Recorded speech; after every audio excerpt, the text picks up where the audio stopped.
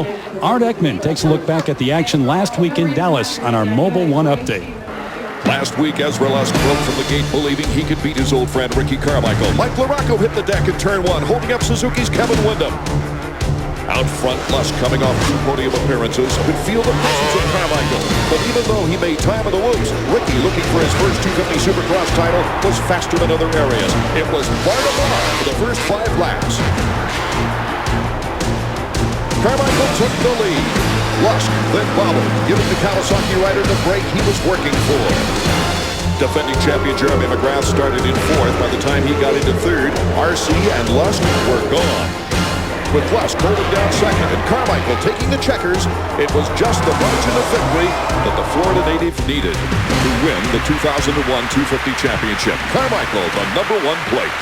This Wide World of Sports update brought to you by Speed Pass. Today's way to pay. It's free from mobile.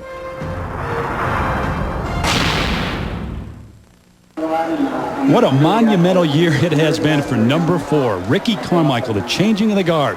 His first 250 championship. And what a different type year it's been for Jeremy McGrath. He's had to deal with that, the 7-time Supercross champion. It has been a tale of 2 seasons. The 2001 EA Sports Supercross season began in usual fashion as Jeremy McGrath ran away with the win. Well, I was a little disappointed at the first Anaheim. You know, I figured, okay, let's see what everybody's got. You know, I worked my butt off in the off season. You know, I figured that I would be ready to win. And I went to Anaheim and he beat me in the heat race and, you know, and he did it fairly easy.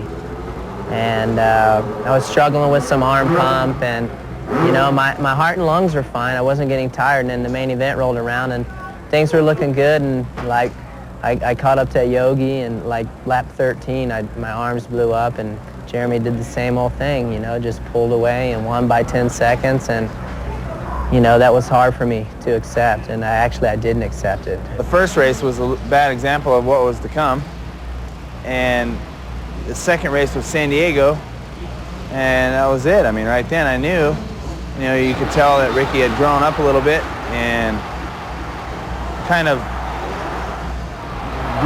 went through the growing pains, and he was ready to challenge me. That challenge quickly turned into all-out dominance on the season by Carmichael. At the 5th round in Anaheim, Carmichael amazed the fans by chasing down McGrath after Jeremy had built a huge lead. I think a lot of people had written me off once I got a bad start. They said, well, maybe he'll get on the podium. That would be awesome if he could salvage a podium, you know, with the way the points were going. I look back and I go, man, there's no way I shouldn't have won that race. I think I got messed up by a few lappers at the time, and I made my own mistake by not jumping the triple that one lap when I jumped too far into the face of it. Some uncharacteristic things happened to me there, and you know, there's no doubt I should have won the race. He rode an incredible race, and you know, I know what that feels like too. So I'd say it was a little bit of a reassuring that he was going to be there the whole time. Once I got past Ezra into 2nd and started catching Jeremy, I knew that it was my race to lose. You know, when I was putting quite a bit of time on the guys a lap, and when you're putting that much time on it, you know you can win. That event was the beginning of an 11-race winning streak that is still alive here in Salt Lake City. Last week in Dallas, Ricky Carmichael finally took the title from the greatest Supercross racer of our time. He's did it to a lot of people a lot of years, and you know, it's but I don't know when I got in his head, you know, probably after I started winning consecutively, you know, 3 or 4 races at a time. There's no better way to win a championship than dominate it. And he didn't just win the championship, he smoked it, and you know, he deserves it.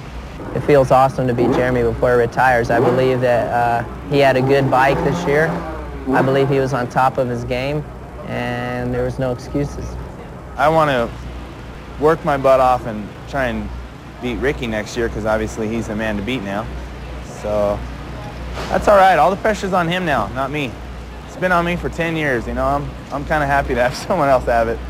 Now I can focus on the win streak and not the championship, since the championship's behind me.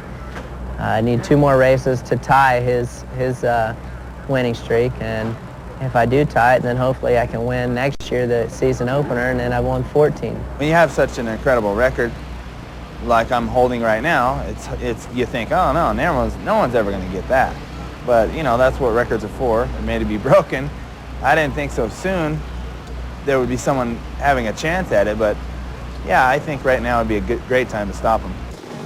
Well, Jeremy McGrath had won 3 titles in a row until this season, the winningest rider ever, 72 victories to his credit. But in all but 2 races this season, it has been the Ricky Carmichael show, David.